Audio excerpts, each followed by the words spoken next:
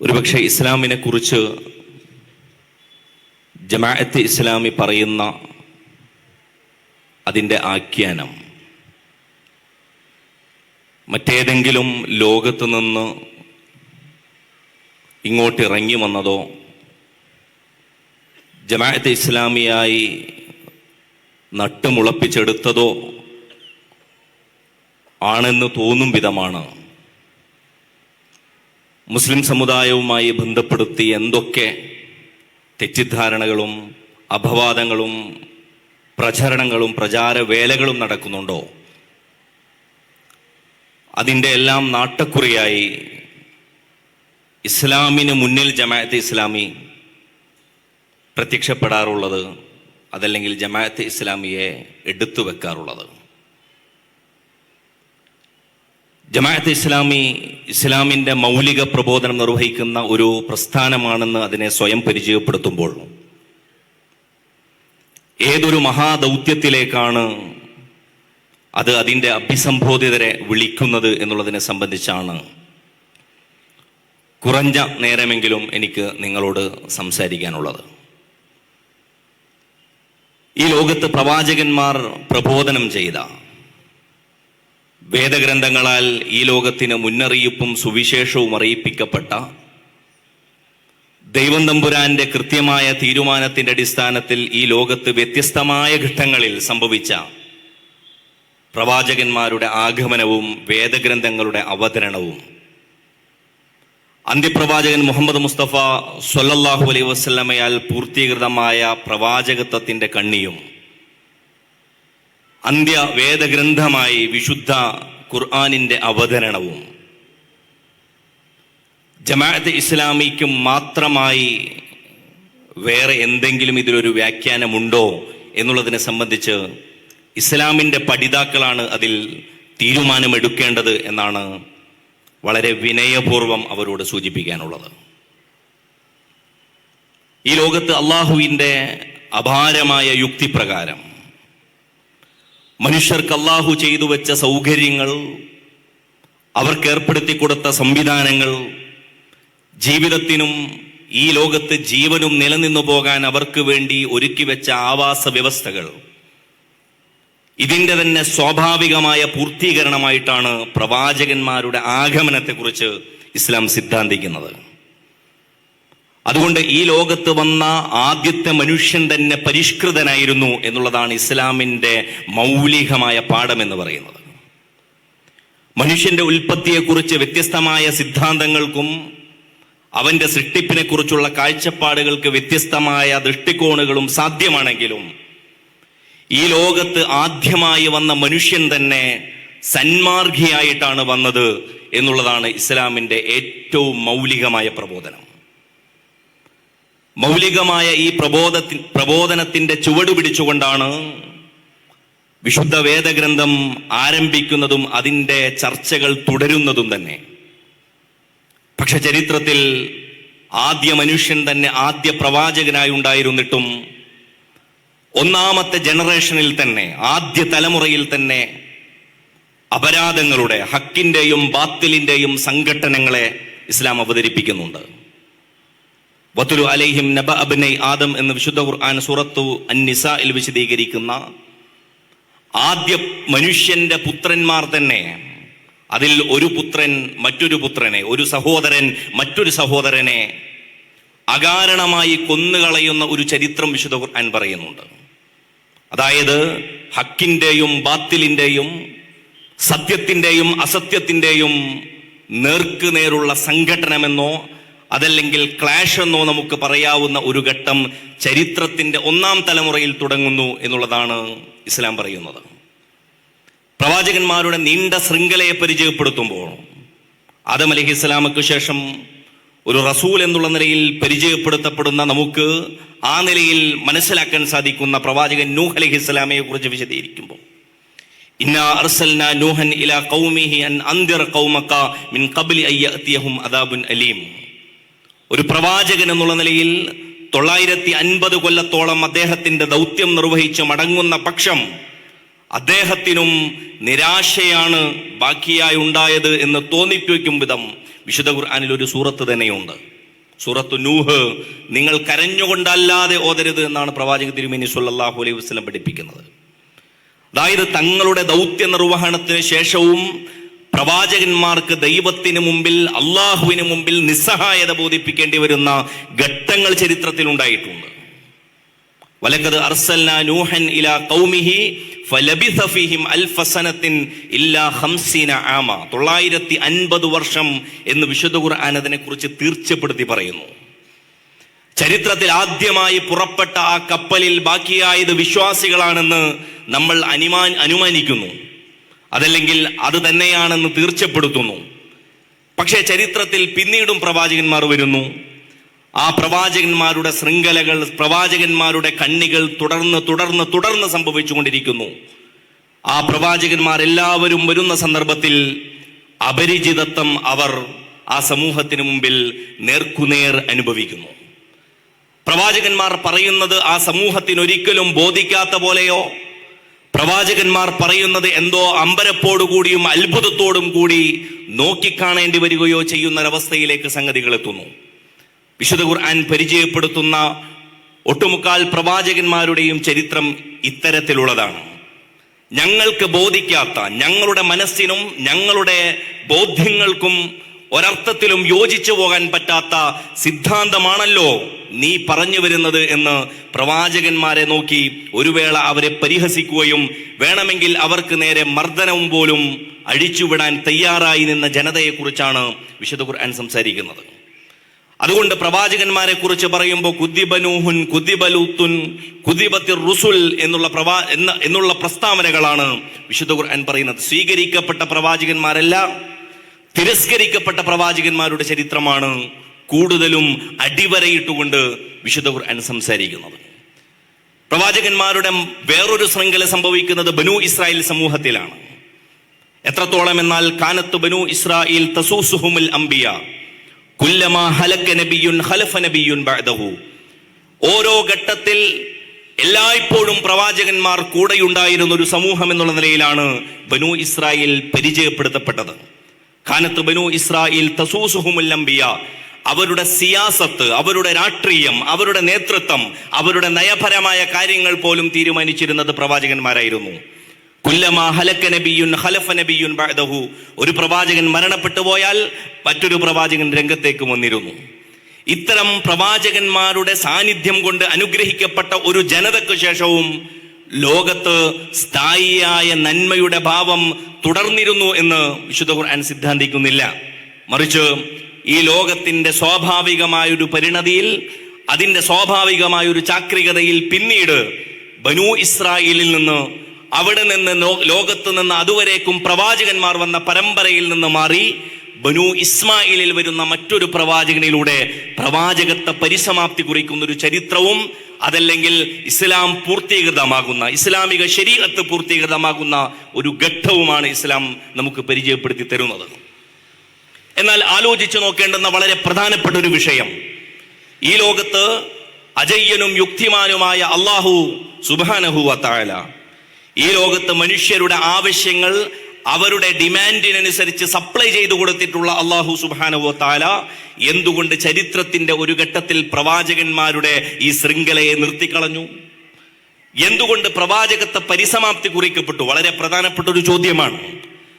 എന്തുകൊണ്ടെന്നാൽ പ്രവാചകന്മാർ ഈ ലോകത്ത് നിർവഹിക്കേണ്ടുന്ന ദൗത്യങ്ങൾ നിലച്ചുപോയത് കൊണ്ടാണോ?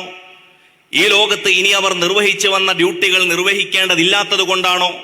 അതല്ല ഈ ലോകം സ്ഥായിയായി ഇനി നന്മയും ഉല്ലാസവും സമാധാനവും ശാന്തിയും കളിയാടുമെന്ന് വരുന്നത് കൊണ്ടാണോ? ഒരിക്കലും അതിന് സാധ്യതയില്ല എന്ന് നമുക്കെല്ലാവർക്കും അറിയാം. ഈ ലോകത്ത് അള്ളാഹു വെള്ളവും വായുവും ഭക്ഷണവും അതിന്റെ ക്രമത്തിലാണ് സംവിധാനിച്ചു വെച്ചിട്ടുള്ളത്.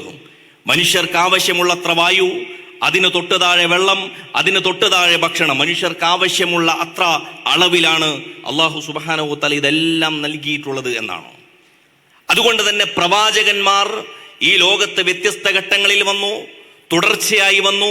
ഒരു സമൂഹത്തിൽ പല പ്രവാചകന്മാർ വന്നു, വിശുദ്ധ ഖുർആൻ സൂറത്തു യാസീനിൽ പരിചയപ്പെടുത്തുന്ന അർസൽനാ ഇലൈഹി മുസ്നൈനി ഫകദ്ദബൂഹുമാ ഫഅസ്സസ്നാ ബിസാലിസിൻ, ഒരു 3 പ്രവാചകന്മാർ വരെ ഒരു സമൂഹത്തിൽ വന്ന ചരിത്രത്തെ കുറിച്ച് പറയുന്നു.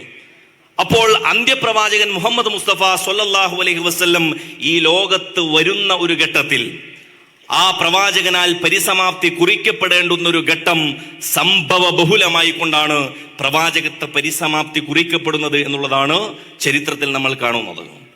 23 കൊല്ലക്കാലം നീളുന്ന പ്രവാചകൻ തിരുമേനി സ്വല്ലല്ലാഹു അലൈഹി വസല്ലമയുടെ ജീവിതത്തിൽ അദ്ദേഹം വിശദീകരിച്ചു കൊടുത്ത വിശുദ്ധ ഖുർആനിന്റെ വ്യാഖ്യാനവും അദ്ദേഹം പഠിപ്പിച്ചു കൊടുത്ത അദ്ദേഹത്തിന്റെ ചര്യകളും ഈ ലോകത്ത് ഒരു ദർശനത്തിനും പറഞ്ഞു കൊടുക്കാനാകാത്ത വിധം ജീവിതത്തിന്റെ അകവും പുറവും തൊടുന്ന സന്ദേശങ്ങളായിരുന്നു എന്നുള്ളത് ചരിത്രം പഠിക്കുന്ന ഏതൊരു പ്രാഥമിക വിദ്യാർത്ഥിക്കും മനസ്സിലാക്കുന്ന യാഥാർത്ഥ്യമാണ്. അടുക്കള മുതൽ അങ്ങാടി വരെയും കോടതി വരെയും ചരിത്രവും അതുപോലെ തന്നെ വർത്തമാനവും നിങ്ങൾക്ക് സിദ്ധാന്തവും പ്രയോഗവും ഒരുപോലെ കാണാൻ കഴിയുന്ന ഒരു ദർശനം എന്നുള്ള നിലയിൽ ഇസ്ലാം പ്രസക്തമാണ് എന്നുള്ളതാണ് ആ മൗലിക പ്രബോധനമായി നമുക്ക് മുമ്പിൽ പ്രവാചകൻ തിരുമേനി സ്വല്ലല്ലാഹു അലൈഹി വസല്ലം ആ ദൗത്യം ബാക്കിയാക്കി കൊണ്ടുവച്ചു പോയത്. അതുകൊണ്ടാണ് തന്റെ അന്ത്യപ്രഭാഷണത്തിൽ, അന്തിമ വിടവാങ്ങൽ പ്രഭാഷണത്തിൽ, ഞാൻ നിർവഹിച്ച ദൗത്യം പൂർണ്ണമായി തന്നെ എനിക്ക് നിർവഹിക്കാൻ കഴിഞ്ഞിട്ടില്ലയോ, ഞാൻ എത്തിച്ചു തന്നിട്ടില്ലയോ എന്ന് സ്വന്തം അനുചരന്മാരെ നോക്കി പ്രവാചകൻ തിരുമേനി സ്വല്ലല്ലാഹു അലൈഹി വസല്ലം ചോദിക്കുന്നത്. ഈ ചോദ്യത്തിന് അതെ, താങ്കൾ അത് നിർവഹിച്ചിരിക്കുന്നു എന്നുള്ള ആ മറുപടിക്ക് ശേഷം പ്രവാചകൻ തിരുമേനി സ്വല്ലല്ലാഹു അലൈഹി വസല്ലമയുടെ അനുചരന്മാർ ലോകത്തെമ്പാടും അവരുടെ ദിക്കുകൾ അതിശയോക്തി കലർത്തി പറയപ്പെടുന്നത് അവരുടെ ഒട്ടകങ്ങൾ ഏതൊരു ദിക്കിലേക്കാണോ ഉണ്ടായിരുന്നത് അവിടങ്ങളിലേക്ക് അവർ യാത്ര തിരിച്ചു എന്നാണ്. 100,000-ൽ ചില്ലാനം ആളുകൾ സമ്മേളിച്ചിരുന്ന മഹാസമ്മേളനത്തിൽ പിന്നീട് നമ്മൾ ബക്കയിലും മദീനയിലും ഹിജാസിന്റെ പ്രവിശ്യകളിലുമായി പിന്നീട് കാണുന്നത് 100-ൽ ചില്ലാനം സഹാബിമാരുടെ മാത്രം ഖബറുകളാണ് എന്നാണ്. അതായത് ഉത്തര ദിക്കുകളിലേക്ക്, ദക്ഷിണ ദിക്കുകളിലേക്ക്, കിഴക്കിലേക്ക്, പടിഞ്ഞാറിലേക്ക് ഇസ്ലാമിന്റെ സന്ദേശവുമായി പുറപ്പെട്ട ആ മഹാദൗത്യ സംഘം അവർ നിർവഹിച്ചതിന്റെ ചരിത്രത്തിലെ നൂലിഴ ബാക്കിയായതാണ് ഞാനും നിങ്ങളും ഇവിടെ നിന്ന് സംസാരിച്ചും കേട്ടും നിൽക്കുന്നത് എന്നുള്ളതാണ് നമ്മൾ അടിസ്ഥാനപരമായി അതിനെക്കുറിച്ച് മനസ്സിലാക്കുന്നത്. പ്രവാചകന്റെ ഈ ദൗത്യ നിർവഹണം കേവലമായ ഒരു ആത്മീയ ആചാരണം മാത്രമായിരുന്നോ? പ്രവാചകൻ ഒരു ആത്മീയ ആചാര്യൻ മാത്രമായിരുന്നോ? പ്രവാചകൻ അനുഷ്ഠാനങ്ങളെയും ആരാധനകളെയും പരിചയപ്പെടുത്തിയ ഒരാളായിരുന്നോ? അതല്ല, പ്രവാചകൻ ഇന്ന് നമ്മൾ നിഷ്കർഷിക്കപ്പെടുന്നത് പോലെ മതം സാമൂഹിക ജീവിതത്തിന് പുറത്തു നിർത്തപ്പെടേണ്ട ഒന്നാണെന്ന് നമ്മെ മനസ്സിലാക്കി തന്ന ഒരാളായിരുന്നു? അല്ലെന്നാണ് ജമാഅത്ത് ഇസ്ലാമി എന്നല്ല ഇസ്ലാം തന്നെ പഠിപ്പിക്കുന്നത്. ഇസ്ലാമിന് അങ്ങനെ ഒരു ഭാഗമുണ്ടായിരുന്നു എന്നും ഈ ലോകത്ത് അതത് നിർവഹിച്ചിട്ടുണ്ട് എന്നും ചരിത്രത്തിൽ തുല്യതയില്ലാത്തവണ്ണം വിജ്ഞാനത്തിന്റെയും നാഗരികതയുടെയും സംസ്കാരത്തിന്റെയും സിവിലൈസേഷന്റെയും എല്ലാം ചരിത്രം ആരുടേതാണെന്ന് ചരിത്രത്തോട് നിങ്ങൾ ചോദിച്ചാൽ ചരിത്രം നിങ്ങളോട് പറഞ്ഞു തരിക അത് ഇസ്ലാമിൻ്റെതാണ് എന്നാണ്. യൂറോപ്യന് വെളിച്ചം കിട്ടിയത് മുതൽ തുടങ്ങുന്ന ലോകത്തിന്റെ ചരിത്രമല്ല മധ്യകാലം എന്ന് പറഞ്ഞ് ആഫ്രിക്കക്ക് ഇരുണ്ട യുഗമെന്ന് യൂറോപ്യൻ കുറ്റം വിളിക്കുന്ന യൂറോപ്യന്റെ യഥാർത്ഥത്തിൽ അന്ധകാര യുഗത്തിൽ എത്രയോ നൂറ്റാണ്ടുകൾക്ക് മുമ്പ്, അതിനും 10 നൂറ്റാണ്ടുകൾക്ക് 1000 വർഷങ്ങൾക്ക് മുമ്പ് പൂർത്തീകൃതമായ ഇസ്ലാമിക ശരീഅത്തിന്റെ വെളിച്ചത്തിൽ ലോകത്ത് ഭരണവും രാഷ്ട്രവും അന്താരാഷ്ട്ര ബന്ധങ്ങളും ഒക്കെ സ്ഥാപിക്കപ്പെട്ടിരുന്നുവെന്ന് ആരാണ് ലോകത്തോട് പറഞ്ഞു കൊടുക്കേണ്ടത്? അത് നമ്മളുടെ ദൗത്യമായി ഏറ്റെടുക്കണമെന്നാണ് ജമാഅത്ത് ഇസ്ലാമി പ്രബോധനം ചെയ്യുന്നത്. യൂറോപ്യന്റെ നവോത്ഥാനത്തിൽ അധിഷ്ഠിതമായ, യൂറോപ്യൻ മാത്രം ലോകം ഭരിക്കുന്ന, യൂറോപ്യൻ മാത്രം നിർമ്മിക്കുന്ന വിജ്ഞാനത്തെ ഭൗതികമായ കാഴ്ചപ്പാടിലൂടെ മാത്രം മനുഷ്യനെ നോക്കിക്കാണാനും അവന്റെ സ്വാതന്ത്ര്യത്തെയും സാഹോദര്യത്തെയും സമത്വത്തെയും വിവക്ഷിക്കാനും അവൻ പറയുന്ന ആണിന്റെയും പെണ്ണിന്റെയും നിർവചനത്തിൽ ഒതുങ്ങാനും ഇസ്ലാമിന്റെ കള്ളികൾക്കാവില്ല എന്ന് പറയുന്ന പ്രഖ്യാപനമാണ് നേരത്തെ മുജീബ് സാഹിബ് അദ്ദേഹത്തിന്റെ സംസാരത്തിൽ സൂചിപ്പിച്ച പലയിടങ്ങളിലും യഥാർത്ഥത്തിൽ കടന്നു വന്നിട്ടുള്ളത്. അതായത് ഇസ്ലാം അതിന്റെ മൗലിക പ്രബോധനമായി പറയുന്ന ജീവിതത്തിന്റെ അകവും പുറവും, വ്യക്തിയും സമൂഹവും രാഷ്ട്രവും ഭരണവും അന്തർദേശീയവും ദേശീയവുമായ എല്ലാ ഇടങ്ങളിലും ഇസ്ലാമിന് അതിൻ്റെതായ തനതായ ചരിത്രമുണ്ട് എന്നാണ്. സായിലു താരീഖ്, ചരിത്രത്തോട് നിങ്ങൾ ചോദിക്കൂ, എന്താണ് ചരിത്രത്തെക്കുറിച്ച്, ചരിത്രം ഞങ്ങളെക്കുറിച്ച് പറയുന്നതെന്ന് ചരിത്രത്തോട് ചോദിക്കൂ. ആരാണ് നഷ്ടപ്പെട്ട അവകാശങ്ങളെ കുറിച്ച് മർദ്ദിതന് പറഞ്ഞുകൊടുത്തത് എന്ന് ആ ദർശനത്തെ കുറിച്ച് ചോദിക്കുക. ആരാണ് മൻ ബനാലിൽ ഇൽമി സുർഹൻ അർഫഅ, ആരാണ് ഈ ലോകത്ത് വിജ്ഞാനത്തിന്റെ മഹാഗോപുരങ്ങൾ പടുത്തുയർത്തിയതെന്ന് ചോദിക്കുക. സായിലുഹു സയുജീബുൽ മുസ്ലിമൂൻ, ചരിത്രം സത്യസന്ധമായി നിങ്ങൾക്ക് തരുന്ന മറുപടി അത് ഇസ്ലാമിൻ്റെതാണ്, മുസ്ലിമുകളുടേതാണ് എന്നാണ്. ഇസ്ലാമിന്റെ അടിത്തറയിൽ, അസ്ഥിവാരത്തിൽ ഉയർന്നു പൊങ്ങിയ ആ മഹാ കെട്ടിടത്തിൽ നിന്ന്, ഈ മഹാസൗധത്തിൽ നിന്ന് ലോകം അനുഭവിച്ച എല്ലാ നന്മകളും അത് തുടർന്ന് അനുഭവിക്കണമെന്നും ഈ ലോകം ബാക്കിയാവോളം കാലം അതിന്റെ മൗലികമായ പ്രബോധനം തുടരണമെന്നും ജമാഅത്തെ ഇസ്ലാമിയുടെ സ്ഥാപകൻ സയ്യിദ് അബുൽ അല മൗദൂദി അദ്ദേഹം സിദ്ധാന്തിച്ചതാണ്. മൗദൂദിസം എന്നുള്ള പേരിൽ വേറൊരർത്ഥത്തിൽ ഒരു ഡെമണൈസിങ്, ഒരു പൈശാചികവൽക്കരണ പദം നമുക്കിടയിലുണ്ട്. ജമാഅത്തെ ഇസ്ലാമി സ്വയം നിലക്ക് മൗദൂദിസം എന്ന് പറയുന്ന പദം ഉപയോഗിക്കുന്ന ഒരു പ്രസ്ഥാനമല്ല. ഒരുപക്ഷെ കമ്മ്യൂണിസ്റ്റ് ആചാര്യന്മാർ എന്നുള്ള നിലയിൽ മാർക്സിസം എന്നുള്ള രീതിയിൽ കമ്മ്യൂണിസ്റ്റുകൾ ഉപയോഗിക്കുന്നത് പോലെ ഒരു വ്യക്തിയിലേക്ക് ചേർത്ത് മൗദൂദി എന്നുള്ള അർത്ഥത്തിൽ മൗദൂദിസം എന്ന് പറയുന്ന ഒരു ആശയത്തെ ജമാഅത്ത് ഇസ്ലാമിക്കാർ പോലും എൻഡോഴ്സ് ചെയ്യാറില്ല. കാരണം എന്തെന്ന് ചോദിച്ചാൽ, ഇത് പ്രബോധനം ചെയ്ത അവസാനത്തെ പ്രവാചകൻ മുഹമ്മദ് മുസ്തഫ സ്വല്ലല്ലാഹു അലൈഹി വസല്ലം പോലും അത് അദ്ദേഹത്തിന്റെ മതമായി ഒരു മുഹമ്മദീയത്തായിട്ടല്ല പഠിപ്പിച്ചിട്ടുള്ളത്. മറിച്ച് ഈ ലോകത്ത് ഖുൽനഹ്ബിതു മിൻഹാ ജമീഅൻ ഫഇമ്മാ യഅതിയന്നകും മിന്നി ഹുദൻ ഫമൻ തബിഅ ഹുദായ ഫലാ ഖൗഫുൻ അലൈഹിം വലാ ഹും യഹ്സനൂൻ. ഈ ലോകത്ത് മനുഷ്യൻ ആദ്യമായി ഭൂമിയിലേക്ക് പറഞ്ഞയക്കപ്പെടുമ്പോൾ ഏതൊരു സത്യസന്ദേശം പിൻപറ്റണമെന്നാണ് പൂർവ്വപിതാവിനോട് ആദം അലൈഹിസ്സലാമയോട് പറയപ്പെട്ടത്. ആ സന്ദേശത്തെ അനുസരിച്ചുകൊണ്ടും ആചരിച്ചുകൊണ്ടും പിൻപറ്റിക്കൊണ്ടും സന്മാർഗികളായി തുടരുമെന്നുള്ള പ്രതിജ്ഞയാണ് ഈ ലോകത്ത് മനുഷ്യകുലം പിൻപറ്റേണ്ടത് എന്നുള്ള മൗലികമായ പ്രബോധനം ജമാഅത്തെ ഇസ്ലാമി മനുഷ്യരോട് നടത്തിക്കൊണ്ടിരിക്കുന്നു. അതിൽ ഏറ്റവും അതിന് ഊനം തട്ടിയ, വീഴ്ച തട്ടിയ ഒരു ഘട്ടമായിരുന്നു കഴിഞ്ഞ നൂറ്റാണ്ടിന്റെ തുടക്കം എന്ന് പറയുന്നത്. ഇസ്ലാം അതിന്റെ ഖിലാഫത്ത് എന്ന് പറയുന്ന സങ്കല്പത്തിൽ അതിന്റെ നേരിയ പരിക്കുകളോടുകൂടിയും വ്യത്യസ്തമായ അഭിപ്രായ ഭിന്നതകളോടുകൂടിയും നിലനിന്നിരുന്നുവെങ്കിലും 1924 ആകുമ്പോഴേക്കാണ് ഇസ്ലാം ഒരു ഭരണ സംവിധാനം എന്നുള്ള നിലയിൽ ഓട്ടോമൻ എംപയർ, അസൽത്തനത്തുൽ ഉസ്മാനിയ എന്ന് പറയുന്ന ഉസ്മാനിയ സാമ്രാജ്യം ഇല്ലാതാകുന്നത് നമുക്ക് ഏവർക്കും അറിയുന്ന ഒരു ചരിത്രമാണ്. അത് കേവലം ഒരു ഖിലാഫത്തിന്റെ ഭ്രഷ്ട് മാത്രമായിരുന്നില്ല, അതല്ലെങ്കിൽ ഖിലാഫത്തിനെ ബഹിഷ്കരിക്കലോ അതല്ലെങ്കിൽ പിരിച്ചുവിടലോ മാത്രമായിരുന്നില്ല. മുസ്ലിം ലോകത്ത് അതുവരേക്കും ഇല്ലാതിരുന്ന യൂറോപ്യൻ ക്രൈസ്തവ ചർച്ചിന്റെ വലിയ സിദ്ധാന്തങ്ങൾ കടമെടുത്ത് അതിനുവേണ്ടി സിദ്ധാന്തങ്ങൾ എഴുതുന്ന ഘട്ടം വന്നു. അദ്ദീനു ലില്ലാഹി വൽ വതനു ലിൽ ജമീഅ്, ജീവിതത്തിൽ വേണമെങ്കിൽ പടച്ചവൻ ഉണ്ടായിക്കൊള്ളട്ടെ, നാടിന്റെ കാര്യം ജനങ്ങൾ നോക്കും, നാട്ടുകാർ നോക്കും എന്ന് പറയുന്ന സിദ്ധാന്തം അറബ് ലോകത്ത് നിന്ന് വന്ന ഒരു സമയമായിരുന്നു അത്. 1919 സഅദ് സഗ്ലൂലാണ് അദ്ദീനു ലില്ലാഹി വൽ വതനു ലിൽ ജമീഅ് എന്ന് പ്രസംഗിക്കുന്നത്. അതുവരേക്കും ഇല്ലാതിരുന്ന ആശയങ്ങൾക്ക് ഈജിപ്തിലെ അൽ അസ്ഹർ ഷരീഫിൽ നിന്ന് പോലും വ്യത്യസ്തമായ തിസീസുകൾ ഉണ്ടായി. എപ്രകാരമാണോ യൂറോപ്യൻ ക്രൈസ്തവ ചർച്ച് മാലില്ലാഹി ലില്ലാഹ് വമാലി കൈസർ ലി കൈസർ, സീസറിനുള്ളത് സീസറിനും ദൈവത്തിനുള്ളത് ദൈവത്തിനെന്നും ക്രൈസ്തവ ചർച്ചിന്റെ ക്രിസ്ത്യാനിറ്റിയെ എപ്രകാരമാണ് വ്യാഖ്യാനിച്ചൊപ്പിച്ചത്, അപ്രകാരം ഇസ്ലാമിനെ വ്യാഖ്യാനിച്ചൊപ്പിക്കാനും സിദ്ധാന്തം എഴുതാനും വന്നൊരു ഘട്ടത്തിൽ ജമാഅത്തെ ഇസ്ലാമി തീർച്ചയായും അതിന്റെ പ്രഥമ സ്ഥാപകനായ ജമാഅത്തെ ഇസ്ലാമിയുടെ സ്ഥാപകനായ സയ്യിദ് അബുൽ അല മൗദൂദി ആ ഒരു ഘട്ടത്തിലാണ് അദ്ദേഹത്തിന്റെ പേനയിലൂടെ ഇസ്ലാമിന് പ്രതിരോധം തീർക്കുന്നത്.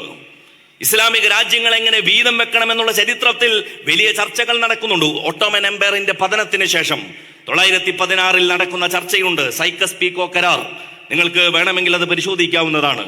മുസ്ലിം രാജ്യങ്ങൾ എങ്ങനെ വീതം വെക്കണം. ഇന്ന് നമ്മൾ കാണുന്ന പല രാജ്യങ്ങളും മുസ്ലിം രാജ്യങ്ങൾ എന്ന് 56ഓളം രാജ്യങ്ങളെ നമ്മൾ പേരിട്ട് വിളിക്കുമ്പോൾ നമ്മൾ അറിയേണ്ട ഒരു യാഥാർത്ഥ്യം, എങ്ങനെയാണ് ഇത് വീതം വെക്കപ്പെട്ടത്.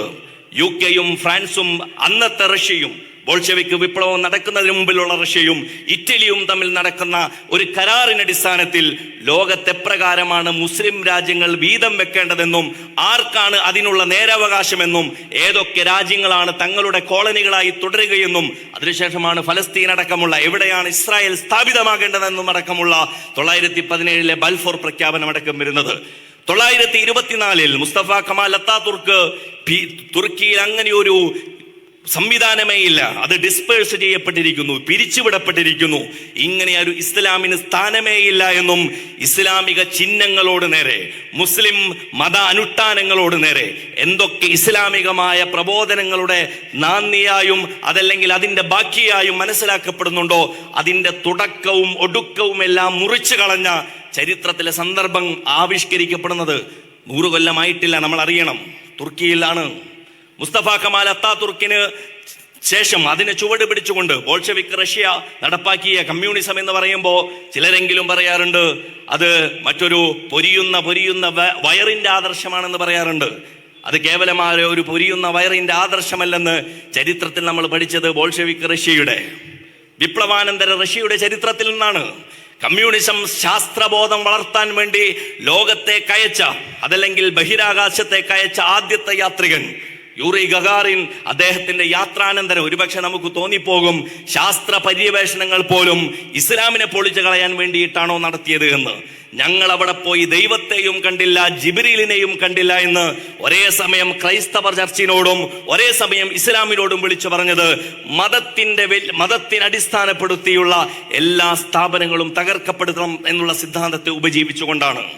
അങ്ങനെ മതവും കുടുംബവും, ഇത് വളരെ പ്രധാനപ്പെട്ട ആശയമാണ്, മതവും കുടുംബവും തകർക്കപ്പെട്ട് മാത്രം നിലവിൽ വരുന്ന ഒരു പ്രാകൃത കമ്മ്യൂണിസത്തിലേക്ക് തിരിച്ചു പോകാൻ പറ്റുന്ന ആശയങ്ങളുടെ എല്ലാ വഴികളെയും കമ്മ്യൂണിസവും അക്കാലങ്ങളിൽ ആവിഷ്കരിച്ചിരുന്നു.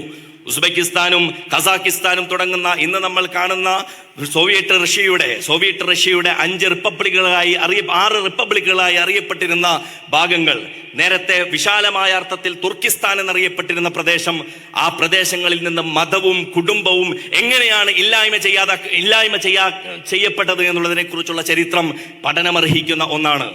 മുസ്ലിം വീടുകളിൽ താമസിച്ചുകൊണ്ട് എപ്രകാരമാണ് അവർ മതം പ്രാക്ടീസ് ചെയ്യുന്നുണ്ടോ എന്നറിയിക്കാൻ വേണ്ടി അതിനെക്കുറിച്ചുള്ള വിവരം സ്റ്റേറ്റിന് നൽകുന്നതിന് വേണ്ടി അവിടെ താമസിച്ചിരുന്ന ഉദ്യോഗസ്ഥന്മാരുടെ ചരിത്രം ചെറുതല്ലാത്ത രീതിയിലാണ് നമ്മൾ വീണ്ടും വിസ്മരിക്കേണ്ടത് എന്നാണ്. നിങ്ങളുടെ പേരിൽ ഏതൊരർത്ഥത്തിലാണോ സംഘപരിവാർ ഏതൊരു മതത്തിന്റെ പേരിലാണോ ആക്രോശം പെയ്യുന്നത്, അങ്ങനെയെങ്കിൽ ആ മതം ഒന്ന് അഴിച്ചു വെച്ചാൽ പോരെ എന്ന് ഇന്നത്തെ ഇടതുപക്ഷ യുക്തിയിൽ ചിലരെങ്കിലും നമ്മളോട് ചോദിക്കുമ്പോൾ സോവിയറ്റ് റഷ്യയുടെ ആ ചരിത്രം ചിലപ്പോൾ നമുക്ക് ഓർക്കേണ്ടതായിട്ട് വരുന്നു. അൽബേനിയയിൽ സംഭവിച്ചത് എന്താണെന്ന് ചോദിച്ചാൽ കുറെ കൂടി ഇസ്ലാമിന്റെ ചിഹ്നങ്ങൾ, ഇസ്ലാമുമായി ഇടബന്ധമുള്ള ഒരു ചരിത്രപരമായ ഒരു പ്രദേശമായിട്ട് കൂടി അൽബേനിയയിൽ കമ്മ്യൂണിസത്തോട് നേരെയുള്ള വലിയ രീതിയിലുള്ള ആകർഷണത്വവും ഭ്രമവും അതുമൂലം സംഭവിച്ചത് മുസ്ലിം ലോകത്ത് എന്തൊക്കെ അടയാളങ്ങളുണ്ടോ, മുസ്ലിം അൽബേനിയയുടെ ബാക്കിയായി പള്ളികളും മദ്രസകളും മിനാരങ്ങളുമെല്ലാം തച്ചു തകർക്കപ്പെടുകയും ചിലതെങ്കിലും പബ്ലിക് ടോയ്ലറ്റുകളായും അതുപോലെ തന്നെ ക്ലബ്ബുകളായും നിശാ ക്ലബ്ബുകളായും മാറ്റപ്പെടുകയും ചെയ്തു എന്നുള്ളതാണ് ചരിത്രം നമ്മളോട് പറയുന്നത്. നാഷണൽ എത്തിയിസ്റ്റ് മ്യൂസിയം 1970കളിൽ നമുക്ക് കാണാൻ സാധിക്കുന്ന അൽബേനിയയിലെ മ്യൂസിയമാണ് എത്തിയിസ്റ്റ് മ്യൂസിയം. ഇന്നും അൽബേനിയയിൽ നാഷണൽ മ്യൂസിയം ഓഫ് എത്തിയിസം ഉണ്ട്, യുക്തിവാദത്തിന്റെ നാഷണൽ മ്യൂസിയം ഉണ്ട്. എന്താണ് അവിടുത്തെ പ്രദർശന വസ്തുക്കൾ? മുസ്ലിം പള്ളികളിൽ നിന്ന് പിടിച്ചെടുക്കപ്പെട്ട, മുസ്ലിം പള്ളികളിൽ നിന്ന് കണ്ടുകെട്ടപ്പെട്ട അവിടുത്തെ മിമ്പറുകൾ, അവിടുത്തെ മിനാരങ്ങൾ, അവിടുത്തെ മുസഹഫുകൾ, അവിടുത്തെ മക്തബുകളിൽ ഉപയോഗിച്ചിരുന്ന ചെറുമേശകൾ. ഞാൻ പറയുന്നത് മതത്തെ ഇല്ലാതാക്കാൻ വേണ്ടി കഴിഞ്ഞ ലോകത്ത്, പ്രത്യേകിച്ചും മതം എന്ന് പറയുമ്പോൾ ലോകത്തുള്ള എല്ലാ മതങ്ങളെ കുറിച്ചാണെന്നും നിങ്ങളൊന്ന് തെറ്റിദ്ധരിച്ചു പോകരുത്.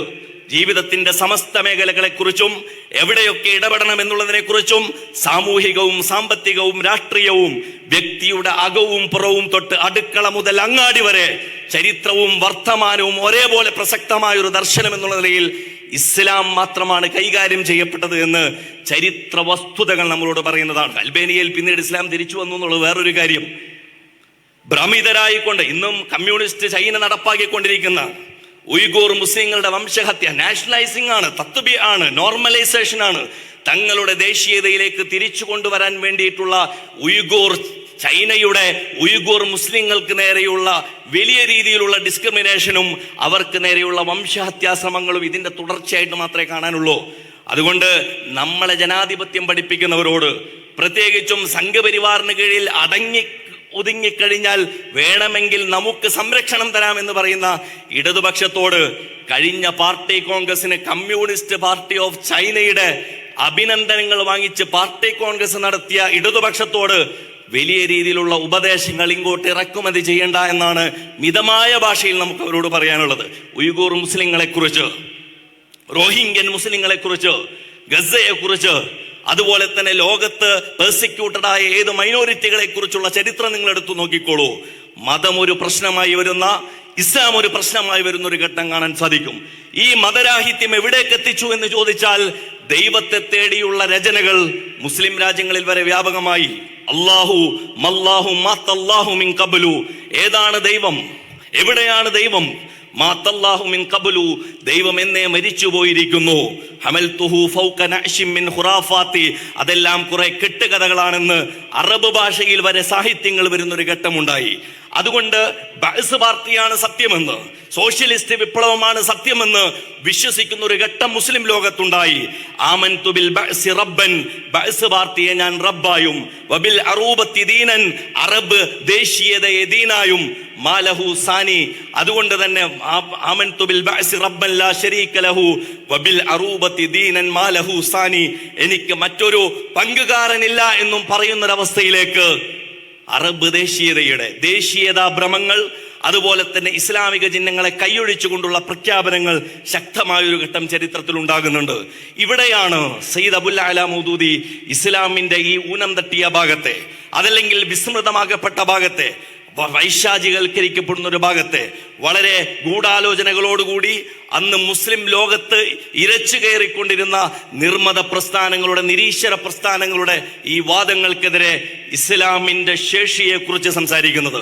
ഇസ്ലാമിന്റെ ശേഷിയെക്കുറിച്ച് മാത്രമല്ല, ഏതൊരു ചിന്തയാണോ അടിസ്ഥാനപ്പെടുത്തി നമ്മൾ മുന്നേറേണ്ടത് അതിനു വേണ്ടിയിട്ടുള്ള സംഘടിതമായൊരു ശ്രമത്തെക്കുറിച്ച് ഊന്നി നിന്ന് സംസാരിക്കാൻ പറ്റുന്ന ഒരു പ്രതലത്തെക്കുറിച്ച് ജമാഅത്ത് ഇസ്ലാമി എന്ന് പറയുന്ന ഒരു ആശയം എന്നുള്ള നിലയിൽ സംസാരിക്കുന്നത്. അതുകൊണ്ട് സയ്യിദ് അബുൽ അല മൗദൂദി സ്വയം നിലക്ക് പറഞ്ഞ എന്തോ ചില വെളിപാടുകളായി ഇസ്ലാമിന്റെ മൗലിക ആദർശനങ്ങളെ വ്യാഖ്യാനിച്ചൊപ്പിക്കാമെന്ന് ആരെങ്കിലും വ്യാമോഹിക്കുന്നുണ്ടെങ്കിൽ അത് ഇസ്ലാമിന്റെ പരിസരങ്ങളിലേക്ക് തന്നെയാണ് മടങ്ങി വരികയെന്നും, ആ ഏതൊരു സംഗതികളെയാണോ നിങ്ങൾ അദൃശ്യപ്പെടുത്തണമെന്നും അസന്നിഹിതമാക്കണമെന്നും ആഗ്രഹിക്കുന്നത് അവയെല്ലാം കൂടുതൽ വ്യക്തതയോടുകൂടി പ്രകാശിച്ചുകൊണ്ടും പ്രഭചൊരിഞ്ഞുകൊണ്ടും ഇവിടെ നിലനിൽക്കുകയാണ് ചെയ്യുക എന്നും അവരെ നമ്മൾ ഓർമ്മിപ്പിക്കുകയാണ് ചെയ്യുന്നത്.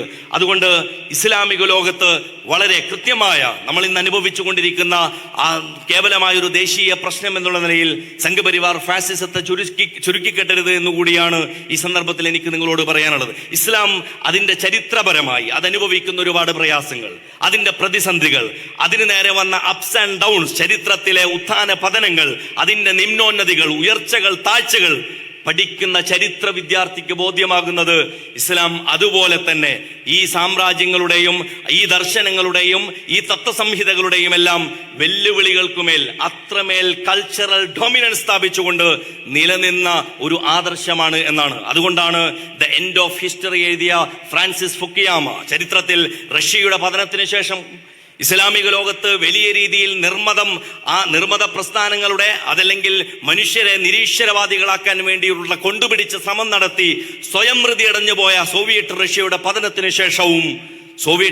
പതനത്തിന് ശേഷം ലോകം ഒരു ഏകലോക ക്രമത്തിലേക്ക് പ്രവേശിച്ചു എന്നാണ് പറയപ്പെടുന്നത്. ഒരു ന്യൂ വേൾഡ് ഓർഡറിലേക്ക് പ്രവേശിച്ചു എന്നാണ് പറയപ്പെടുന്നത്. പക്ഷേ ആ ന്യൂ വേൾഡ് ഓർഡറിൽ ദ എൻഡ് ഓഫ് ഹിസ്റ്ററി, ചരിത്രം അവസാനിച്ചിരിക്കുന്നു. ഇനി ഒരൊറ്റ മനുഷ്യനേ ഉള്ളൂ, ദ ലാസ്റ്റ് മാൻ.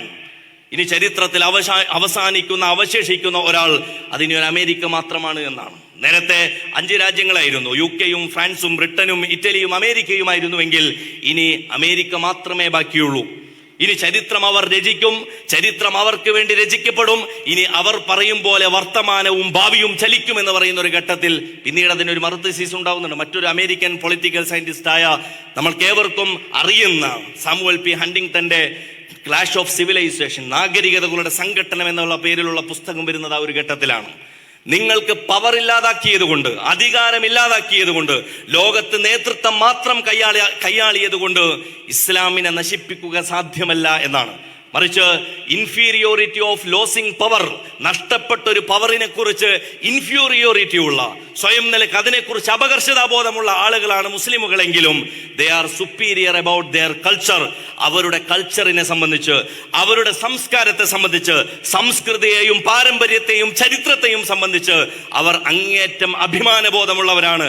അതുകൂടി നശിപ്പിച്ചുകൊണ്ട് മാത്രമാണ് നിങ്ങൾക്ക് മുന്നേറാൻ പറ്റുകയുള്ളൂ എന്നാണ് നമ്മൾ കാണുന്ന ഒരു ഫോർത്ത് ജനറേഷൻ വാർഫെയർ എന്നുള്ള നമ്മൾ പുതിയ നിർമ്മത പ്രസ്ഥാനങ്ങളെക്കുറിച്ച്, നവനാസ്തികതയെക്കുറിച്ച്, ലിബറൽ കടന്നുകയറ്റങ്ങളെക്കുറിച്ച്, ഇസ്ലാമിനെ മാത്രം, ഇസ്ലാം ക്രൂശിക്കപ്പെട്ടിട്ടും ഇസ്ലാമിന് വേറെയുള്ള പെർസിക്യൂഷൻ തുടർന്നിട്ടും ഇസ്ലാമിനെ കൂടുതൽ നല്ല ഇസ്ലാമാക്കി മാറ്റാനുള്ള അറിഞ്ഞോ അറിയാതെയോ കൊണ്ടുപിടിച്ചുള്ള ശ്രമങ്ങൾ നമ്മളോട് പറയുന്നത് ഇനി ഇസ്ലാമിന് നേരെ, ഇസ്ലാമിനുള്ളിൽ കടന്നുകൊണ്ടുള്ള ആക്രമണങ്ങൾ, അതല്ലെങ്കിൽ അതിനു നേരെയുള്ള വ്യത്യസ്തമായ കുന്തമുനകൾ തുടരുമെന്ന് തന്നെയാണ്. അവിടെയാണ് ജമാഅത്ത് ഇസ്ലാമി ഇസ്ലാമിന്റെ മൗലിക പ്രബോധനത്തെക്കുറിച്ച് ഒരു കാലത്ത് സയ്യിദ് അബുൽ അല മൗദൂദി ഏതൊരു അടിവരയിട്ടുകൊണ്ട് ഇസ്ലാമിനെ കുറിച്ച് സംസാരിച്ചുവോ ആ ഒരു ഘട്ടത്തിൽ അതേപോലെ തന്നെ പ്രതിസന്ധികൾ അനുഭവിക്കുന്ന, പ്രയാസം അനുഭവിക്കുന്ന, ബുദ്ധിമുട്ടുകൾ ആ നിലയിൽ മോദിയുടെയോ യോഗിയുടെയോ ഒരു പ്രശ്നമായിട്ടല്ല.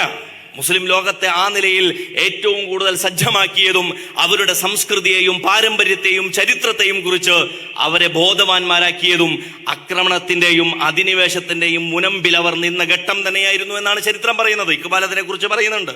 മുസൽമാൻകോ മുസൽമാ കർദിയ തൂഫാനെ മഗ്രിബിനെ എന്നാണ്. മുസ്ലിങ്ങളെ മുസ്ലിങ്ങളാക്കിയത് പാശ്ചാത്യൻ കടന്നുകയറ്റവും ആക്രമണവുമാണ് എന്നാണ്. തങ്ങൾക്കൊരു സംസ്കൃതിയും തങ്ങൾക്കൊരു മഹത്തായ ചരിത്രവും പാരമ്പര്യവും ഉണ്ടെന്ന് തങ്ങൾക്ക് ബോധ്യപ്പെടുന്ന ഒരു ഘട്ടം അവർക്കെത്തിയത് ആക്രമണത്തിന്റെ നടുമുറ്റത്ത് അവർ തനിച്ചായ ഒരു ഘട്ടത്തിലാണ്. തീർച്ചയായും ഏതെങ്കിലും ഒരു കവി ഇനിയും ചരിത്രത്തിൽ ജീവിച്ചിരിക്കുമെങ്കിൽ മുസൽമാക്കോ മുസൽമാ കർദിയ തൂഫാനെ മോഡീനെ എന്ന് ചരിത്രത്തിൽ പറയുന്നുവെങ്കിൽ ഇന്ത്യൻ മുസ്ലിങ്ങളെ കൂടുതൽ നല്ല മുസ്ലിങ്ങളാക്കുന്നതിൽ ഈ പ്രതിസന്ധി ഘട്ടം നമുക്ക് ഉപകാരപ്പെടും എന്ന് തന്നെയാണ് നമ്മൾ അതിനെക്കുറിച്ച് മനസ്സിലാക്കുന്നത്. അതുകൊണ്ട് ഫിത്നയെ കുറിച്ചുള്ള ഇസ്ലാമിന്റെ വീക്ഷണം, ഫിത്നയെക്കുറിച്ച്, പ്രതിസന്ധികൾ, പ്രയാസങ്ങൾ, ബുദ്ധിമുട്ടുകൾ കടന്നു വരുമ്പോൾ 4 വീക്ഷണങ്ങൾ ഇസ്ലാം മുന്നോട്ട് വെക്കുന്നുണ്ട്, വിശുദ്ധ ഖുർആനിന്റെ അടിസ്ഥാനത്തിൽ മുന്നോട്ട് വെക്കുന്നുണ്ട്. ഒന്ന് വിശ്വാസിയുടെ മാറ്റിനെ കുറിച്ചാണ്. ഒന്ന് വിശ്വാസിയുടെ സ്വയം നിലക്കുള്ള ഊതിക്കാച്ചിയ, ഉലകാച്ചിയെടുത്ത അവന്റെ വീറിനെയും വീര്യത്തെയും കുറിച്ചാണ്. അതുകൊണ്ടാണ് അലിഫ് ലാം മീം അഹസിബന്നാസു അയ്യുത്രകു അയ്യഖൂലു ആമന്നാ വഹും ലാ യുഫ്തനൂൻ, ചെറുതല്ലാത്ത ഒരു ദൗത്യമാണ് നിങ്ങൾ ഏറ്റെടുക്കാമെന്ന് സമ്മതിച്ചിട്ടുള്ളത്. ആ ദൗത്യ നിർവഹണ പാതയിൽ ചെറുതല്ലാത്ത പ്രയാസങ്ങളെ അഭിമുഖീകരിക്കാമെന്നുള്ളത് നിങ്ങൾ ജാമ്യം നിന്നിട്ടുള്ള അതിന്റെ ഒരു കണ്ടീഷൻ കൂടിയാണ്. അത് നിർവഹിച്ചുകൊണ്ട് മാത്രം സാധിച്ചെടുക്കാമെന്നുള്ള പടച്ചവനോട് നിങ്ങൾ നടത്തിയ ഒരു ഉറപ്പിന്റെയും പ്രതിജ്ഞയുടെയും പേരാണ് സ്വർഗപ്രവേശനം എന്നാണ് വിശുദ്ധ ഖുർആൻ അതിനെ കുറിച്ച് പറയുന്നത്. അതുകൊണ്ട് പ്രതിസന്ധിയുടെ മഹാമഴയിൽ ഇസ്ലാമിനെ വിട്ടുപോയി നഹ്നു ഖൗമുൻ അഅസ്സനല്ലാഹു ബിൽ ഇസ്ലാം മഹ്മബ്തഗൈനൽ ഇസ്സത ബിഗൈരിഹി അദല്ലനല്ലാഹ്, ഇസ്ലാമിന് സംരക്ഷണം ഒരുക്കാൻ ഏതെങ്കിലും ഒരു കൂട്ടരെ മിഡിൽമാനായി, ഇടയാളന്മാരായി, മധ്യവർത്തിയായി സ്വീകരിക്കുമ്പോൾ ഇസ്ലാം തന്നെ അവർക്ക് കാണിക്ക കൊടുത്തുകൊള്ളാമെന്ന്, അവർക്ക് സമ്മാനം കൊടുത്തുകൊള്ളാമെന്ന്, ഇസ്ലാം അഴിച്ചു വെച്ചുകൊള്ളാമെന്ന് നമ്മൾ തീരുമാനിച്ചിട്ടില്ല. അതുകൊണ്ട് ഇസ്ലാമിന് പ്രത്യേകിച്ചൊരു സംരക്ഷണം ആരും ഇവിടെ ഒരുക്കുകയും വേണ്ട.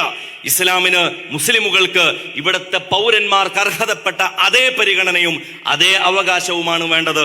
അതുകൊണ്ട് തന്നെ ബാബരി മസ്ജിദിന് ശേഷം കാശിയിലെയും മധുരയിലുമെല്ലാം മസ്ജിദുകൾ തകർക്കപ്പെടുമെന്നും വീണ്ടും വീണ്ടും മസ്ജിദുകൾ തകർക്കാൻ സംഘപരിവാർ ഒരുങ്ങി നിൽക്കുകയാണ് എന്ന് പറയുമ്പോൾ സംഘപരിവാർ തകർക്കാൻ ഉദ്ദേശിക്കുന്ന പള്ളികൾക്ക് മുഴുവൻ കാവൽ നിൽക്കേണ്ടുന്ന ബാധ്യത ഇന്ത്യൻ മുസ്ലിങ്ങൾക്കാണെന്ന് ഇന്ത്യൻ മുസ്ലിങ്ങൾ വിശ്വസിക്കുന്നുമില്ല. മറിച്ച് ഇവിടെ അതിനെ കാവൽ നിൽക്കേണ്ടത് ഭരണഘടന ജാമ്യം നിന്നിട്ടുള്ള പൗരന്റെ അവകാശങ്ങൾക്ക് ഇവിടത്തെ എക്സിക്യൂഷൻ, ഇവിടത്തെ കോടതി, ഇവിടത്തെ ജുഡീഷ്യറി, ഇവിടത്തെ പോലീസ് സംവിധാനങ്ങൾ അവർക്കത് സംരക്ഷിക്കാൻ സാധിച്ചിട്ടില്ലെങ്കിൽ അത് പൊളിഞ്ഞു പോകുന്നത് കേവലം ബിൽഡിങ്ങുകളോ കെട്ടിടങ്ങളോ പള്ളികളോ മാത്രമല്ല, നിങ്ങൾ വലിയ വായിൽ പറഞ്ഞു വരുന്ന മഹിതമായ ജനാധിപത്യ ആശയത്തിന്റെ അടിത്തറകൾ തന്നെയാണ് എന്ന് അവരോട് തൽക്കാലം മിതമായ ഭാഷയിൽ പറയാൻ മാത്രമേ നമുക്ക് നിർവാഹമുള്ളൂ എന്നാണ് ഈ സന്ദർഭത്തിൽ പറയാനുള്ളത്. ഫിത്നയെ കുറിച്ച് വിശുദ്ധ ഖുർആൻ സൂചിപ്പിക്കുന്ന രണ്ടാമത്തെ സംഗതി, നിങ്ങൾക്ക് നിങ്ങളുടെ മിസ്റ്റേക്കുകളിൽ നിന്ന് സോഷ്യലി, എക്കണോമിക്കലി, എഡ്യൂക്കേഷണലി നിങ്ങൾക്ക് എന്തൊക്കെയാണ് സ്ട്രാറ്റജിക്കലി നിങ്ങൾക്ക് കറക്ഷൻ സാധ്യമാകുന്നത് അവിടേക്ക് തിരിഞ്ഞു നടത്തത്തിന് സാധ്യതയുണ്ട് എന്നാണ്. അതുകൊണ്ടാണ് വിശുദ്ധ ഖുർആൻ ചോദിക്കുന്ന അവലാ യറൗന അന്നഹും യുഫ്തനൂന ഫീ കുല്ലി ആമിൻ മറത്തൻ ഔ മറത്തൈനി സുമ്മ ലാ യതൂബൂന വലാ ഹും യസ്ദക്കറൂൻ, യതഫക്കറൂൻ. അവർ കാണുന്നില്ലേ വ്യത്യസ്ത ഫിത്നകൾ ഒരു തവണയും രണ്ട് തവണയുമായി അഭിമുഖീകരിക്കുന്ന ഘട്ടത്തിൽ അവർക്ക് മടങ്ങി വരാൻ, അവർക്കൊരു പിന്മടക്കം സാധ്യമാകാൻ, അവർ സ്വയം നിലക്ക് ഉത്ബുദ്ധരാകാൻ ഈ ഫിത്നകൾ അവർക്ക് കാരണമാകേണ്ടതുണ്ട്. സ്വയം നിലക്കുള്ള കറക്ഷണൽ പ്രൊസീജിയേഴ്സിന് കേരളത്തിലും ഇന്ത്യയിലുമെല്ലാം മുസ്ലിമുകൾ എന്നുള്ള നിലക്ക് നമുക്ക് കുറെ ബോധ്യങ്ങളുണ്ടായ, കുറെ യാഥാർത്ഥ്യബോധമുണ്ടായ ഘട്ടമാണ് വന്നിട്ടുള്ളതെങ്കിൽ ഇനിയുള്ള മുന്നോട്ട് പോക്കിനെ സംബന്ധിച്ച് തീരുമാനിക്കാനുള്ള സംഘടിതമായ ആലോചനകൾക്ക് വഴിമരുന്നിടാനെങ്കിലും ഈ ഫിത്നയുടെ ഘട്ടം അവർക്ക് ഉപയോഗിക്കപ്പെടേണ്ടതുണ്ട്, അതല്ലെങ്കിൽ ഉപകരിക്കേണ്ടതുണ്ട് എന്നുള്ളതാണ് വിശുദ്ധ ഖുർആൻ ഇതിനെ കുറിച്ച് സിദ്ധാന്തിക്കുന്നത്. മറ്റൊന്ന്, വിശുദ്ധ ഖുർആൻ പറയുന്ന നിങ്ങളുടെ പ്രശ്നം കൊണ്ടാണോ, നിങ്ങളുടെ പിഴവ് കൊണ്ടുവന്ന പ്രശ്നങ്ങളെ നീ പിഴവ് കൊണ്ടും നിങ്ങളുടെ സ്വയംകൃതാനർത്ഥങ്ങൾ കൊണ്ടും നിങ്ങൾ അനുഭവിക്കേണ്ടി വന്ന പ്രശ്നങ്ങളെയും നിങ്ങൾ ഈ സമയത്ത് അഭിമുഖീകരിക്കാൻ ശ്രമിക്കാതിരിക്കരുത്. അതിനെയും അതർഹിക്കുന്ന മെറിറ്റിൽ നിങ്ങൾ അഭിമുഖീകരിച്ചേ പറ്റൂ. കാരണം ഫമാ അസ്വാബക്കും മിൻ മുസീബത്തിൻ ഫബിമാ കസബത്ത് ഐദീകും, നിങ്ങൾ ചെയ്ത കാര്യങ്ങളിൽ നിങ്ങൾ ഇന്ന് അനുഭവിക്കേണ്ടി വരുന്ന പ്രശ്നങ്ങളിൽ അതിനുമൊരു സാധ്യതയും അതിനുമൊരു കാരണവുമുണ്ട് എങ്കിൽ അതിനെയും ചികഞ്ഞു പോകുന്നതിൽ നിങ്ങൾ കാലവിളംബവും അതിൽ തന്നെയും നിങ്ങൾ അമാന്തവും കാണിക്കരുത് എന്ന് വിശുദ്ധ ഖുർആൻ നമ്മോട് പറയുന്നുണ്ട്. അതിലുപരി സന്തോഷം നിറഞ്ഞ, അതിലുപരി വലിയ രീതിയിൽ സുവിശേഷ വാർത്ത അറിയിക്കുന്ന, നിങ്ങൾ പ്രതീക്ഷിക്കുന്ന നാളെക്കുറിച്ചുള്ള പ്രതീക്ഷ നിറഞ്ഞ ഒരു പുലരിയെ കുറിച്ച് വിശുദ്ധ ഖുർആൻ പറയുന്നത് അസാ അൻ തക്റഹു ശൈഅൻ വഹുവ ഖൈറുൽ ലക്കും അസാ അൻ തുഹിബ്ബു ശൈഅൻ വഹുവ ശർറുൽ ലക്കും വല്ലാഹു യഅലമു വഅൻതും ലാ തഅലമൂൻ. നിങ്ങൾ ഇപ്പോൾ ബുദ്ധിമുട്ടായി കരുതുന്ന ഈ ഘട്ടം ഒരുപക്ഷെ നിങ്ങൾക്ക് ഹിതകരമായി ഭവിച്ചേക്കും. നിങ്ങളിപ്പോൾ പ്രയാസപ്പെട്ടതായി കരുതുന്ന ഒന്ന് നിങ്ങൾക്ക് തന്നെ ഉപകാരപ്പെടുന്ന ഒന്നായി തീർന്നേക്കും. മറിച്ച് നിങ്ങൾ സ്വച്ഛന്തമായി ശീതളച്ചായയിൽ AC റൂമിലിരുന്ന് നിങ്ങളുടെ സ്വൈര്യമായ ഒരു ഇസ്ലാമിക ജീവിതം നയിക്കാമെന്നാണോ കരുതുന്നതെങ്കിൽ അത് നിങ്ങളെ കൊണ്ട് ചെന്നെത്തിക്കുക മറ്റ് പാളയങ്ങളിലേക്കായിരുന്നേക്കും ചിലപ്പോൾ. അതുകൊണ്ട് വല്ലാഹു യഅലമു വഅൻതും ലാ തഅലമൂൻ, നിങ്ങൾ അറിയാതെ അല്ലാഹു പ്ലാൻ ചെയ്യുന്ന ഇന്ന റബ്ബി ലത്തീഫുൽ ലിമാ യശാ, വളരെ സസൂക്ഷ്മം അല്ലാഹു നിരീക്ഷിച്ച കാര്യങ്ങൾ പ്ലാൻ ചെയ്യുന്ന ചിലതിനെ കുറിച്ച് നിങ്ങൾ അതിൽ പ്രതീക്ഷയർപ്പിച്ച് മുന്നോട്ട് പോവുകയാണ് ചെയ്യേണ്ടത്. വിശുദ്ധ ഖുർആൻ ഫിത്നയെ കുറിച്ച് പറയുന്ന ഈ 4 ഭാഗങ്ങളും സത്യവിശ്വാസി സമൂഹം എന്നുള്ള നിലയിൽ ആ നിലയിൽ ഇസ്സത്തോടുകൂടി ഇസ്ലാമിനെ ഏറ്റെടുത്ത് മുന്നോട്ട് പോകാനുള്ള വലിയൊരു ബാധ്യത നമുക്ക് മുമ്പിലുണ്ട്. അതേസമയം നമ്മളുടെ അമുസ്ലിം സഹോദരന്മാരോട്, നമ്മളുടെ സഹോദര സമുദായങ്ങളോട്, നമ്മളുടെ ചുറ്റുപാടിലുമുള്ള നമ്മളുടെ പ്രിയപ്പെട്ടവരോട് ഇസ്ലാമിനെ സംബന്ധിയായി തന്നെ നമുക്ക് പറയാനുള്ളത്, ഇസ്ലാമിനെ സംബന്ധിച്ച കേളികേട്ട പ്രചരണങ്ങൾ, കൊണ്ടുപിടിച്ച അപവാദങ്ങൾ, തെറ്റിദ്ധാരണകൾ ഇത് കേൾക്കുമ്പോൾ അത് ആ നിലക്ക് വിഴുങ്ങാനും ആ നിലക്ക് ഏറ്റെടുക്കാനും ആ നിലക്ക് സ്വയം നിലക്ക് അതിനെ ഒരു പൈസ കൊടുത്ത് വാങ്ങിക്കാനും ഒക്കെ നിങ്ങൾ നിലനിന്ന് പോകുന്നതിൽ വല്ലാത്തൊരു വിഷമവും സങ്കടവും നമുക്കുണ്ട്. കാരണം ആ നിലയിൽ അങ്ങനെ അതിനെ ഏറ്റെടുക്കാൻ മാത്രമുള്ള ഒരു ബുദ്ധിയല്ല, അതല്ലെങ്കിൽ നിങ്ങളുടെ കോമൺ സെൻസ് അല്ല ഞങ്ങൾ നിങ്ങളിൽ നിന്ന് പ്രതീക്ഷിക്കുന്നത്. സംഘപരിവാറിന്റെ ഫാക്ടറികളിൽ തീർത്ത നുണപ്രചരണങ്ങൾ, വിഷലിപ്തമായ അപവാദ പ്രചരണങ്ങൾ എത്ര പെട്ടെന്നാണ് കേരളത്തിൽ വിറ്റുപോകുന്നതെന്ന് ചോദിച്ചാൽ നിങ്ങളുടെ യുക്തി മനസ്സിനെ കുറിച്ചും യുക്തി വിചാരത്തെ കുറിച്ചും മാത്രമാണ്. അതിനെക്കുറിച്ച് ആലോചിച്ച് സാധിപ്പിക്കുകയാണ് നമുക്ക് നിർവാഹമുള്ളൂ, ഞങ്ങൾക്ക് നിർവാഹമുള്ളൂ എന്ന് മിതമായ ഭാഷയിൽ നിങ്ങളോടും ആ നിലയിൽ തന്നെ പറയുകയാണ്. അതുകൊണ്ട് ഇസ്ലാമിന്റെ മൗലികമായ പദാവലികൾ, ജിഹാദാകട്ടെ ഹലാലാകട്ടെ, ഇസ്ലാമിനെ കുറിച്ച് തന്നെയുള്ള പ്രവാചകനെ കുറിച്ചുള്ള ദർശനങ്ങളും അതുപോലെ തന്നെ ജൽപ്പനങ്ങളുമാകട്ടെ, പ്രവാചകനെ കുറിച്ച് കൂടുതൽ പഠിക്കേണ്ടുന്ന ബാധ്യത എൻ്റെ പ്രിയപ്പെട്ടവരിൽ അത് ഏൽപ്പിക്കുകയാണ്. ഹലാലിനെ കുറിച്ചും ജിഹാദിനെ കുറിച്ചും ഇസ്ലാമിനെ കുറിച്ചും കൂടുതൽ നിങ്ങൾ അറിയാനുള്ള ബാധ്യത ഇസ്ലാം നിങ്ങളിൽ ഏൽപ്പിക്കുകയാണ്. കാരണം അതിനുള്ള അവസരം ഞങ്ങളായിട്ടല്ലെങ്കിലും സംഘപരിവാർ നിങ്ങൾക്കത് ഒരുക്കി തന്നിട്ടുണ്ട്. അത് നിങ്ങൾ ആ നിലയിൽ ഏറ്റെടുക്കണമെന്നും ആ നിലയിൽ അത് പരിചയപ്പെടണമെന്നും ഈ സന്ദർഭത്തിൽ നിങ്ങളോട് ഉണർത്തുകയാണ്. ഇസ്ലാം ആശയപ്രചരണത്തിന്റെ സൗഹൃദ നാളുകൾ എന്നുള്ള ഈ ക്യാമ്പയിനിലൂടെ ജമാഅത്തെ ഇസ്ലാമി ആ നിലയിലുള്ള മുസ്ലിം സമൂഹത്തെ ഇസ്സത്തോടുകൂടി തന്നെ തങ്ങളുടെ ആദർശവും ആശയവും പ്രചരണം ചെയ്യാൻ അവരെ ആ നിലയിൽ ബാധ്യസ്ഥരാക്കുകയും ആ ദൗത്യം അവരോട് വീണ്ടും വീണ്ടും അവരോട് ഉന്നയിക്കുകയും ചെയ്യുന്നതോടൊപ്പം മറ്റുള്ളവരോട് ഇസ്ലാമിന് നേരെയുള്ള ഈ ആക്രോശങ്ങൾ, തെറിവിളികൾ, അസഭ്യവർഷങ്ങൾ, അതിനേക്കാളേറെ വിഷലിപ്തമായ തെറ്റിദ്ധാരണകൾ, പ്രചരണങ്ങൾ, അതിനു നേരെ നിങ്ങൾ കേവലം ഒരു ടേക്കൻ ഫോർ ഗ്രാൻറ്റഡ് എന്നുള്ള അർത്ഥത്തിൽ വിറ്റുപോകുന്ന ഏതൊരു ചരക്കും വേഗം വാങ്ങിയെടുക്കാമെന്നുള്ള ഒരു ലാഘവത്തോടു കൂടി നിങ്ങൾ അതിനെ കരസ്ഥമാക്കരുത് എന്നുള്ള ഒരു അഭ്യർത്ഥനയും ഈ സന്ദർഭത്തിൽ നിങ്ങളോട് സൂചിപ്പിച്ചുകൊണ്ട് നിങ്ങളെ ക്ഷമാപൂർവമായ കേൾവിക്ക് നന്ദി അറിയിച്ചുകൊണ്ട് ഞാൻ എൻ്റെ വാക്കുകൾ അവസാനിപ്പിക്കുന്നു. വാഹിറു ദഅ്വാനാ അൽഹംദുലില്ലാഹി റബ്ബിൽ ആലമീൻ. അസ്സലാമു അലൈക്കും വറഹ്മത്തുള്ളാഹി തആല വബറകാതുഹു.